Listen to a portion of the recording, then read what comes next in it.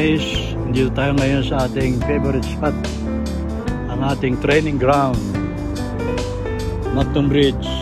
Dito tayo nagsimula, babad. So ngayon mainit sa labas, so dito muna tayo sa ilalim ng tulay, magbe-bait and wait lang muna tayo. So yun o, pakalma ng tubig, kumbaga palow time na. So bababad tayo dahil nagpe-fishing.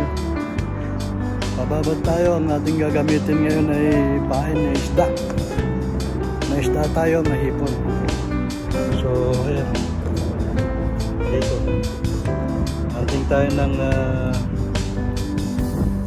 red snapper, lapu-lapu at naman sa hipon, kanyan, multi, kahit ano kumakain dyan. So let's go, update naman tayo.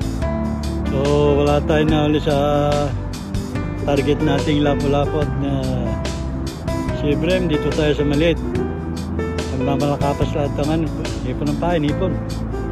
So maglalight lang tayo, light. Babat pa rin ang ating upuma area 3,000. So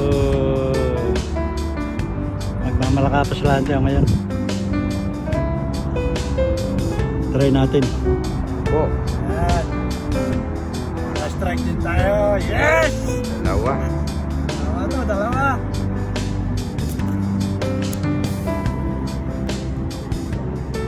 Ayan, wala na nga tayong muli. Ito pang dumawi.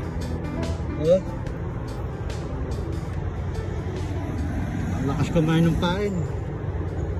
Oh. Anong tawag sa inyo nito?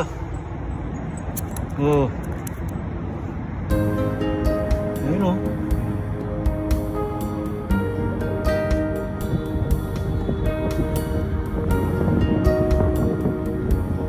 Yung iba kumakain nito, ibang kabayan kumakain nito. Pero tayo di kumakain, i-release natin. Oh.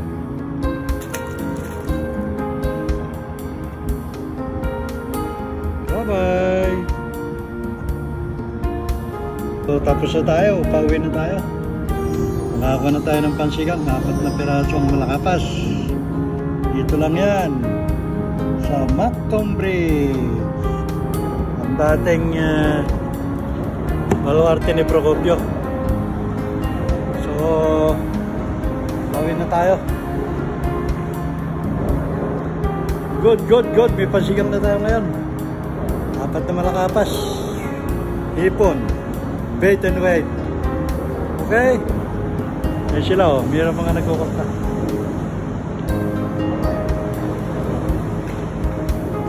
Yan ang ating spot, Macton Bridge,